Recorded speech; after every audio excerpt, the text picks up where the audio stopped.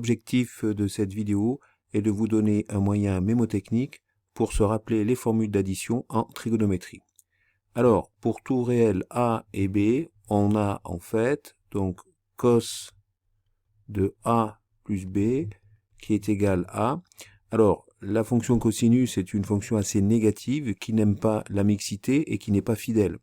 Alors, comme elle n'aime pas la mixité, elle n'aime pas le mélange, on va donc avoir cos A et cos B d'un côté et sinus A, sinus B donc de l'autre côté. Comme elle n'est pas fidèle, eh bien le plus va devenir moins.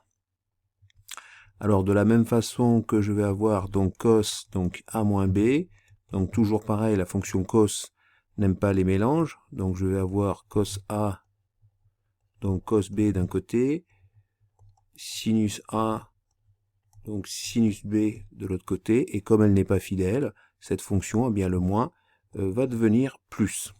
A l'inverse, la fonction sinus, elle, est une fonction qui est plutôt ouverte, c'est-à-dire qui aime la mixité et qui est fidèle. Donc quand je vais avoir sinus A plus B, eh bien je vais commencer par le premier sinus, c'est-à-dire le sinus de A. Donc je vais donc avoir sinus A, mais comme elle aime le mélange, cette fonction, je vais avoir ensuite le cos de B. Alors ensuite, voilà, le cos de B. Ensuite, je vais avoir donc le sinus de B, mais comme cette fonction aime le mélange, je vais ensuite avoir le cos de A. Et comme elle est fidèle, eh bien le plus reste le plus.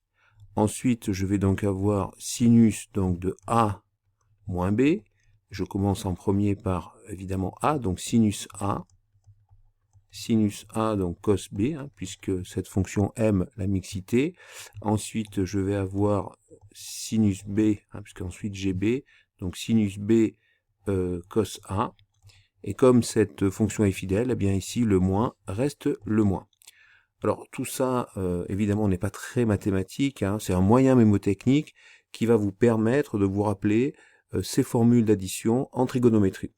Eh bien, j'espère que cette vidéo vous a été utile et je vous dis à bientôt sur le site Skoll Mathématiques.